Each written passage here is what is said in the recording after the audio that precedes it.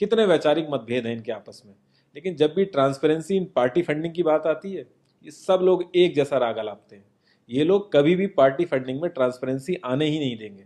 एक बार जब ये लोग पावर में आते हैं ना, तो पूरा का पूरा सिस्टम इनके हिसाब से चलता है, और जो पुलिस वाले इनके हिसाब से नहीं चलते ना, उनका ट्रांसफर हो जाता है। 144 पुलिस ऑफिसर्स 1 लाख लोगों की सिक्योरिटी देख रहे हैं, और जब हमारे नेताओं की बात आती है तो 47,000 पुलिस वाले 14,842 नेताओं को सिक्योरिटी दे रहे हैं। अब बाहुबलियों को क्या जरूरत है सिक्योरिटी की? कभी किसी क्रिमिनल को देखा है जिसके आगे पीछे आईएएस पीसीएस पुलिस वाले जी हजूरी कर रहे होते हैं? बहुत ही वर्स्ट सीन होता है वो। हर साल रिपोर्ट्स आती हैं कि 75% से भी ज्यादा लोगों को पुलिस पे भरोसा ही नहीं है। इंडिया एक लौती ऐसी जगह है जहां पे पुलिस को देख के इंसान सेफ फील करने की बजाय डरता है। एक 15 साल के बच्चे तक को पता है कि आईपीएल में सट्टा लगाने के लिए किसके पास जाना है, लेकिन हमारी पुलिस को नहीं पता। और ये सारा सिस्टम, ये जो वीक सिस्टम है, हमारे नेताओं को बहुत सूट करता है, क्योंकि जिस दिन ये स्ट्रांग हो गया तो इन सब की दुकानें बंद हो जाएंगी। इंडिया की 65% आबादी 35 की एज से नीचे है। जो हमारा लोकसभा है उसकी एवरेज एज है 54, और राज्यसभा की एज 63.5 है। एक दो केस अगर छोड़ दें तो आम आदमी के लिए पॉलिटिक्स में घुसने का रास्ता नहीं है। अगर आप गूगल पे सर्च करोगे ना टॉप 10 यंग पॉलिटिशियंस, तो एक भी नाम उसमें ऐसा नहीं होगा जिसका कोई फैमिली से पॉलिटिकल कनेक्शन ना हो। आजादी के बाद से 0.5% से भी कम पॉलिटिशियंस ने अपने बच्चों को आर्मी में भेजा है। वहां नहीं भेजते ये लोग। हम लोग इनसे मैनिफेस्टो में डिमांड ही कहां करते हैं? हम तो बस रिलीजियस मुद्दे देखते हैं मैनिफेस्टो में और खुश हो जाते हैं।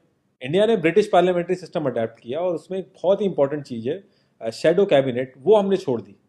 इसके बारे में बहुत ही कम लोगों को पता है, और ये लोग हमें पता लगने भी नहीं देते। तो इसमें होता यह है कि अगर मैं फाइनेंस मिनिस्ट्री का ही एग्जाम्पल लूँ, तो जो भी रूलिंग पार्टी का फाइनेंस मिनिस्टर है उसके पैरेलली एक ऑपोजिशन का भी फाइनेंस मिनिस्टर असाइन हो जाएगा, और जो रूलिंग पार्टी का फाइनेंस मिनिस्टर है उसकी एक्टिविटीज को ऑपोजिशन का फाइनेंस मिनिस्टर लोगों तक पहुंचाएगा। और इसी तरीके से हर डिपार्टमेंट में होता है, और लोगों के लिए बड़ा बेनिफिशियल रहता है ये। क्योंकि एक छोटे से छोटे काम के लिए हमारे इंडिया में बहुत सारी मिनिस्ट्री इन्वॉल्व रहती हैं, तो एक्चुअल में किस नेता की गलती है पता ही नहीं चल पाता है। इस तरीके के बहुत सारे कॉन्सेप्ट हैं जो हम लोगों को पार्टी से मैनिफेस्टो में डिमांड करने चाहिए, क्योंकि हम लोग तो हमेशा मंदिरों और मस्जिदों के लिए ही लड़ते हैं। ये सारी चीजें एकदम से तो सही हो नहीं जाएंगी, लेकिन एक चीज हमारे हाथ में है कि यार हम कम से कम किसी क्रिमिनल को तो वोट ना दें। और ऐसा तो होता नहीं कि सारे के सारे लाइन से क्रिमिनल ही खड़े हो जाते हैं। हमें बस इतना करना है कि जो भी कैंडिडेट क्रिमिनल है हमें बस उसे वोट नहीं देना है, भले ही वो हमारी फेवरेट पार्टी का हो, भले ही वो हमारी कास्ट का हो। बस एक दो बार हमें ऐसे करना है, फिर इन लोगों को टिकट ही मिलना बंद हो जाएगा पार्टियों से। जितनी रिसर्च हम अपना मोबाइल फोन खरीदने में करते हैं ना, उसकी 10% रिसर्च भी अगर हमने अपने कैंडिडेट के बारे में कर ली, तो ये क्रिमिनल जितने भी हैं पार्लियामेंट में नहीं दिखेंगे, ये वहीं दिखेंगे जहां इनको होना चाहिए।